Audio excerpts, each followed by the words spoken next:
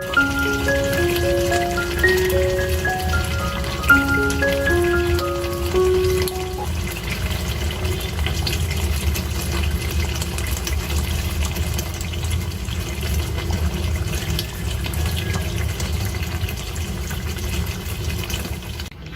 guys! So, for today's menu ay magluluto tayo ng pachamba. Char, pachamba talaga.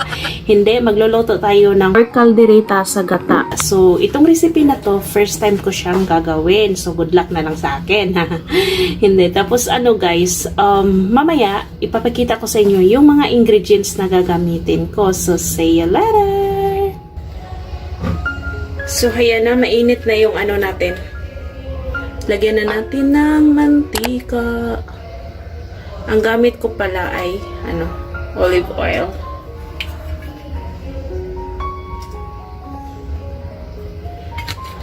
So, iuna lang natin i-saute yung sibuyas.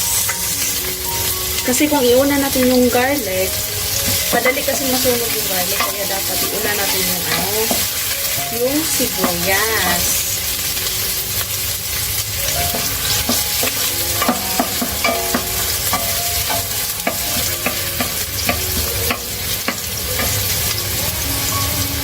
Then, yung garlic natin.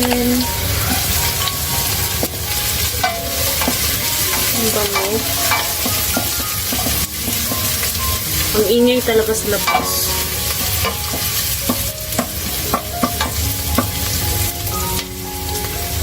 Ang bango-bango. And then, isunod na natin yung ating kamatis.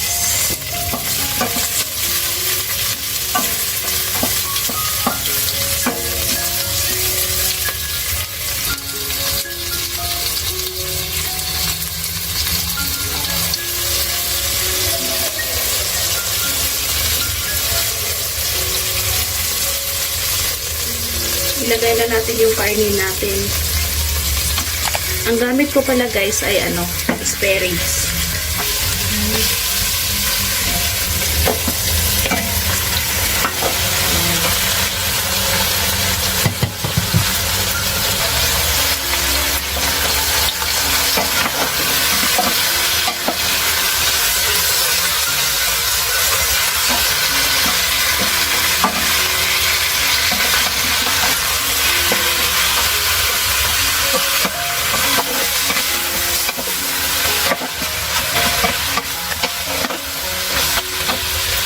Gutom yung amoy.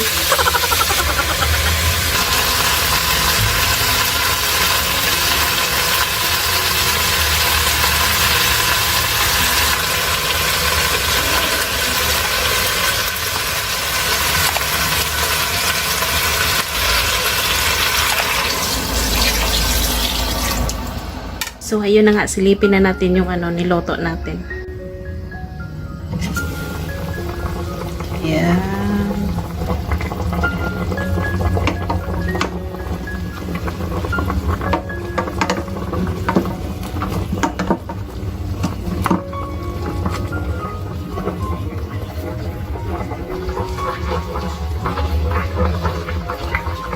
Lambutin lang natin to guys.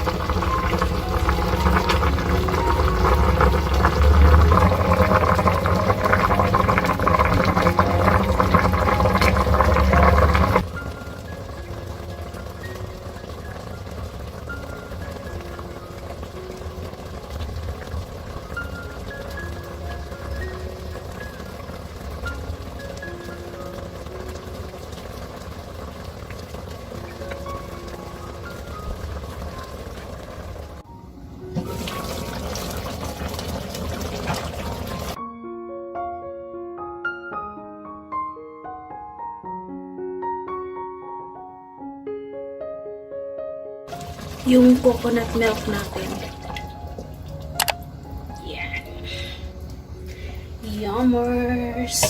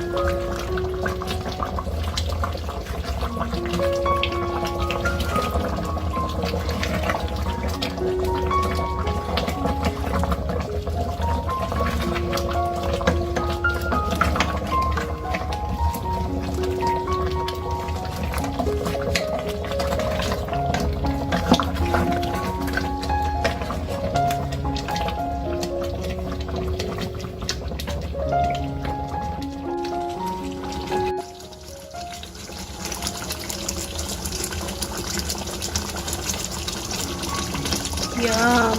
Kaya nilipat ko lang siya sa malaking kawali kasi nahirapan ako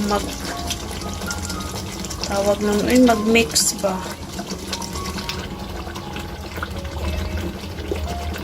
Naglagay na ako kanina ng paminta pero dagdagan natin. Yan.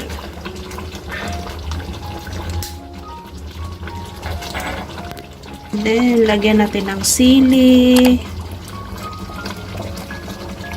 Kasi sili is life.